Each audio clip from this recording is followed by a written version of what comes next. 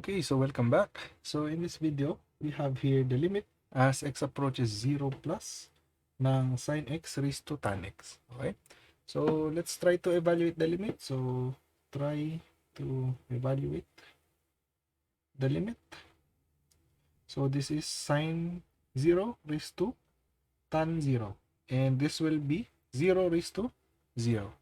Okay, so if we have the form 0 raised to 0, then we can use the lhopital's rule technique, no? Yung e to the ln.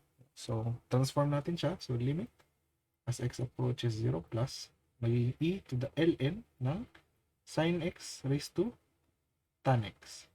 And we can simplify this to be limit as x approaches 0 ng e tan x ln sin x. Okay? So, ngayon, we have here the form 0 times infinity. Okay? So now, we can try to apply yung technique natin for L'Hopital's rule na 0 times infinity, which is gagawin natin na f of x times g of x, gagawin natin na f of x over 1 over g of x. Tama? So, nagdidikit-dikit na dito yung mga natutunan natin.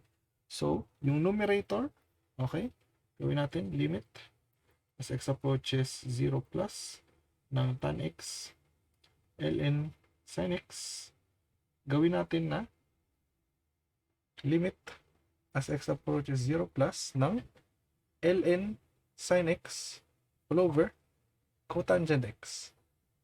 Okay? And now, we have here the form infinity over infinity. Tama? So, apply L'Hopital's rule. Okay? So, pag in-apply natin L'Hopital's rule, this is limit as x approaches 0 plus. So, anong derivative ng numerator natin? This will become 1 over sin x times cosine x over denominator, derivative ng cotangent x is negative cosecant squared x. Okay? So, try natin to simplify. So, this is cosine x over sin x over 1 over negative sine squared x. Okay?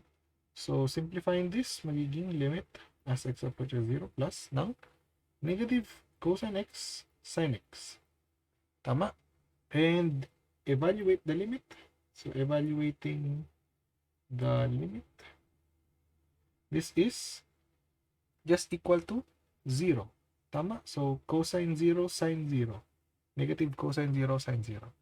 So, again, remember na this is just the numerator. Okay? So, magiging e to the 0.